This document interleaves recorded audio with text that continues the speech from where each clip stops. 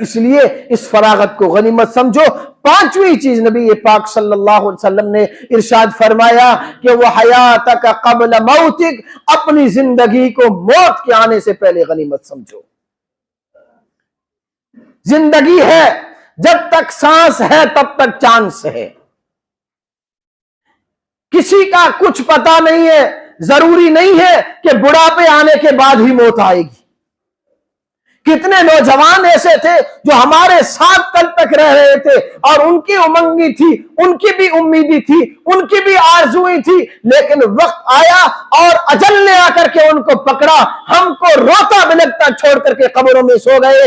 ہم بھی چلے جائیں گے، موت آئے گی، یقیناً آئے گی۔ موت وہ اٹل حقیقت ہے جس سے کسی کو چھٹکارا نہیں ہے۔ اس لیے اس زندگی کو غنیمت سمجھیے، زندگی کے ایک ایک لمحے کو غنیمت سمجھیے، اپنی زندگی کا احتساب کیجئے۔ سال نو کے جشن یہ مسلمانوں کا طریقہ نہیں ہے، یہ یہودیوں کا طریقہ ہے، یہ غیروں کا طریقہ ہے۔ نبی پاک صلی اللہ علیہ وسلم نے ہمیں غیروں سے مشابہت سے منع فرمایا، یہودیوں سے مخالفت کا نبی پاک صلی اللہ علیہ وسلم نے نیک کاموں میں بھی ان کی مخالفت کا حکم فرمایا ہے۔ روزوں کے معاملے میں 10 محرم الحرام کے روزے کے متعلق اللہ کے رسول نے فرمایا کہ یہودی ایک رکھتے ہیں، ہم ان کی مخالفت میں 2 روزے رکھیں گے۔ نیک کاموں میں بھی اللہ کے رسول نے ان کی مخالفت کی ہے۔ ہم مسلمان ہو کر کے، اس نبی کا امتی ہو کر کے، اس نبی کی شفاعت کے امیدوار ہو کر کے، نبی کے اور اسلام کے دشمنوں کے کلچر میں رنگے جا رہے ہیں، اور ان کے کلچر میں اتنے ہم رنگے جا رہے ہیں کہ ہم نے اپنے نبی کے طریقے کو چھوڑ دیا، ہم نے دین اسلام کی دیواروں کو پھلانگ کر کے اگر آگے نکل گئے، قیامت کا دن ہوگا، یہ زندگی ختم ہو جائے گی، میدان محشر میں جانا ہے، اللہ کے حضور پیش ہونا ہے۔ اگر نبی نے ہمارا گریبان پکڑ کر کے پوچھ لیا، میں نے تو نیک کاموں میں بھی یہود و نصارہ کی مخالفت کا حکم دیا تھا، میرا امتی ہو کر کے، میرا نام لینے والا ہو کر کے، اللہ کو ماننے والا ہو کر کے تو نے ان کی مشابہت کی اختیار کی تھی، اس وقت ہمارے پاس کیا جواب ہوگا؟ ہمیں اللہ کے حضور جانا ہے۔ اس لیے آخرت کو سامنے رکھیے، اس زندگی کا محاسبہ کیجئے، گزرے ہوئے سال کا احتساب کیجئے، کیا کھویا ہم نے کیا پایا، اور آگے کی ایک بہترین پلاننگ کیجئے کہ ہمارا گیا ہوا سال سے آنے والا سال بہتر ہونا چاہیے۔ اللہ کے حکموں پر چلنے والے اور نبی کے طریقے پر چلنے والا اگر ہمارا سال گزرے گا تو ہم دنیا میں بھی سرخرو ہوں گے، آخرت میں بھی کامیاب ہوں گے۔ اللہ تعالی ہمیں دین کی صحیح سمجھ عطا فرمائے۔ وآخر الدعوان الحمدللہ۔